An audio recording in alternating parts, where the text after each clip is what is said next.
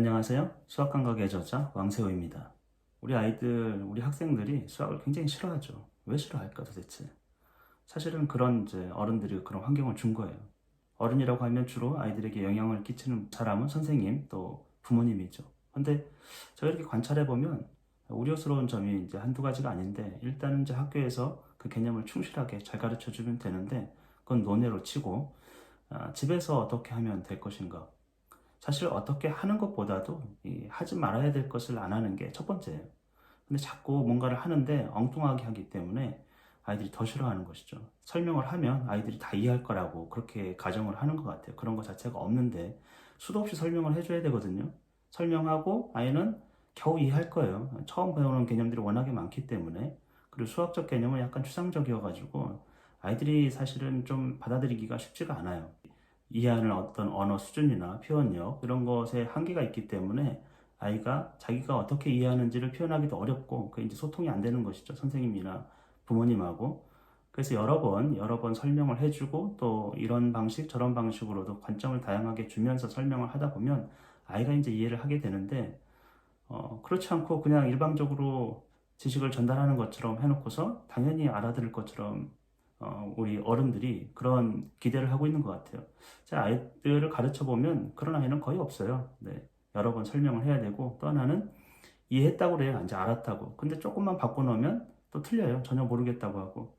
이게 굉장히 일상적이거든요. 근데 그게 보통의 반응이고, 대체적으로는 다 그렇습니다. 알았다고 하고 조금 틀어놓으면 낯설고 뭐가 뭔지 모르겠고. 그러니까 아이가 알았다고 하는 것에 우리가 어떻게 해석을 하냐면, 이제는 완벽하게 깨달았구나, 이렇게 보는 게 아니에요. 그 문제에 이제는 이런 수준에서는 내가 이거는 알겠어요. 근데 알미라는 거, 뭔가를 안다라는 거는 완벽할 수가 없어요. 이런 뭐 이게 무엇이지? 이렇게 물어보면 이제 펜이라고 하죠. 근데 이 펜에 대해서 아이가 안다고 생각하겠죠. 근데 뭘 알겠습니까? 이 동작의 원리라든지 물질의 구성이라든지 전혀 모르죠. 플라스틱이 뭔지. 조금만 들어가도 알 수가 없어요. 근데 아이는 안다고 생각하는 것이죠. 그와 같기 때문에 아이가 안다고 해가지고 몽창 그것을 뒤집어 씌워가지고 너 안다고 했잖아. 근데 왜 몰라? 이런 식으로 해서는 안 된다라는 것이죠. 아이가 안다라는 거는 조금 아는 거예요.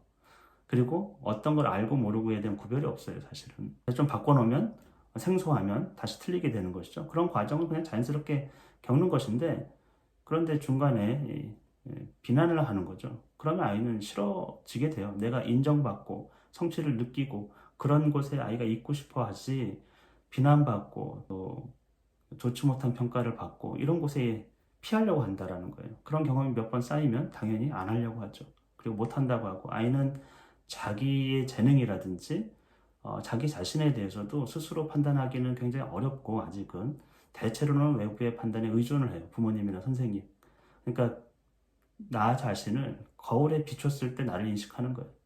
그렇지 않으면 내가 보이지 않기 때문에 내가 어떻게 생겼는지, 내가 누구인지 잘 모른다라는 것이. 나에 대한 평판을 내가 스스로 하는 게 아니고 외부 사람들이 하는 것에 이제 귀를 기울이는 거예요. 그래서 그 평가에 굉장히 예민해요. 근데 계속 부정적인 평가를 하고 있는데 수학이 좋아질 리가 있겠어요. 그리고 또 하나는 완벽함을 또 기대한다라는 거예요. 한번 말하면 다 알아듣는 어떤 아이를 상정하는 것 같고, 또 알아들었으면 다 기억하고, 기억력도 굉장히 이게 문제가 되기 때문에 일주일 지나면 까먹어요. 왜냐하면 경험이, 축적이 그게 쌓이지 않았기 때문에 그래요. 우리도 마찬가지거든요. 이해해도 세월 지나면 다 까먹어요. 아이도 마찬가지입니다. 그 경험이라는 것이 어떤 일상적인 경험이 축적되었을 때는 이제 견고하지만, 딱 한 번 들었어요. 알겠는 것 같아요. 근데 시간 지나면 그 경험이 쌓이지 않았으면 당연히 까먹겠죠. 다시 상기시키는 과정이 필요한 것 뿐이에요. 근데 왜 까먹었냐고. 왜 까먹었냐고 하면 그거 어떻게 하겠습니까? 기억해야지. 그런 말은 해봐야 소용이 없는 얘기예요. 또 하나는 집중하면 다 이해할 수 있다. 집중 안 했기 때문에 내가 이해를 못 하는 거예요. 그렇지가 않아요. 집중 안 하는 이유는 사실은 이해가 잘 안 되기 때문에 집중 안 할 수가 있어요. 관심도 없고 이해도 잘 안 되면 벌써 이제 집중할 수가 없잖아요. 우리도 마찬가지. 어려운 책 할 수가 없죠. 아이들도 비슷해요. 집중해야 뭐 이해한다라는 그런 게 아니죠. 사실 또 집중하라는 얘기가 아이들은 무슨 말인지를 몰라요. 어떻게 하면 집중하는 거예요, 도대체?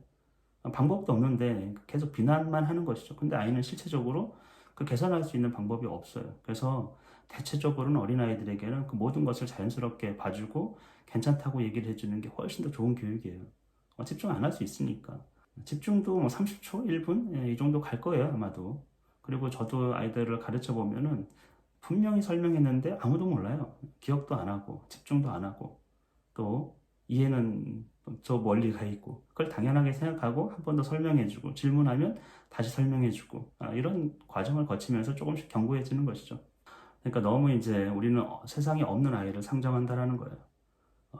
집중하는 아이, 집중하면 다 이해를 하는 아이, 이해했으면 다 기억하는 아이, 그리고 틀리는 것에 대한 그 관용이 없어요. 아이들 문제를 풀어보면 아는 것도 막 틀려요. 어렸을 때는 특히 모르는 게 아니고 틀려요. 근데 그 실수에 대해서 왜 아는 걸 틀렸냐고 자꾸 뭐라고 그래요. 근데 그거 자연스러운 거거든요. 그리고 점점점 없어져요. 커가면서는. 근데 자꾸 그 아무렇지도 않은 그거 사소한 걸 가지고 이 꼬투리 잡고 어른도 똑같아요. 회사 갔는데 상사가 아주 사소한 걸 가지고 꼬투리 잡고 태도 문제를 얘기하고 자꾸 그러면은 일하고 싶겠습니까? 그 사람하고? 일 자체도 하기가 싫겠죠. 근데 그런 아이들은 지금 그런 환경에 놓여 있다라는 거예요. 평가받고, 비교받고, 완벽해지기를 원하고, 사소한 것에 꼬투리 잡히고, 비난받고, 이렇다 보니까 잘할 수가 없죠.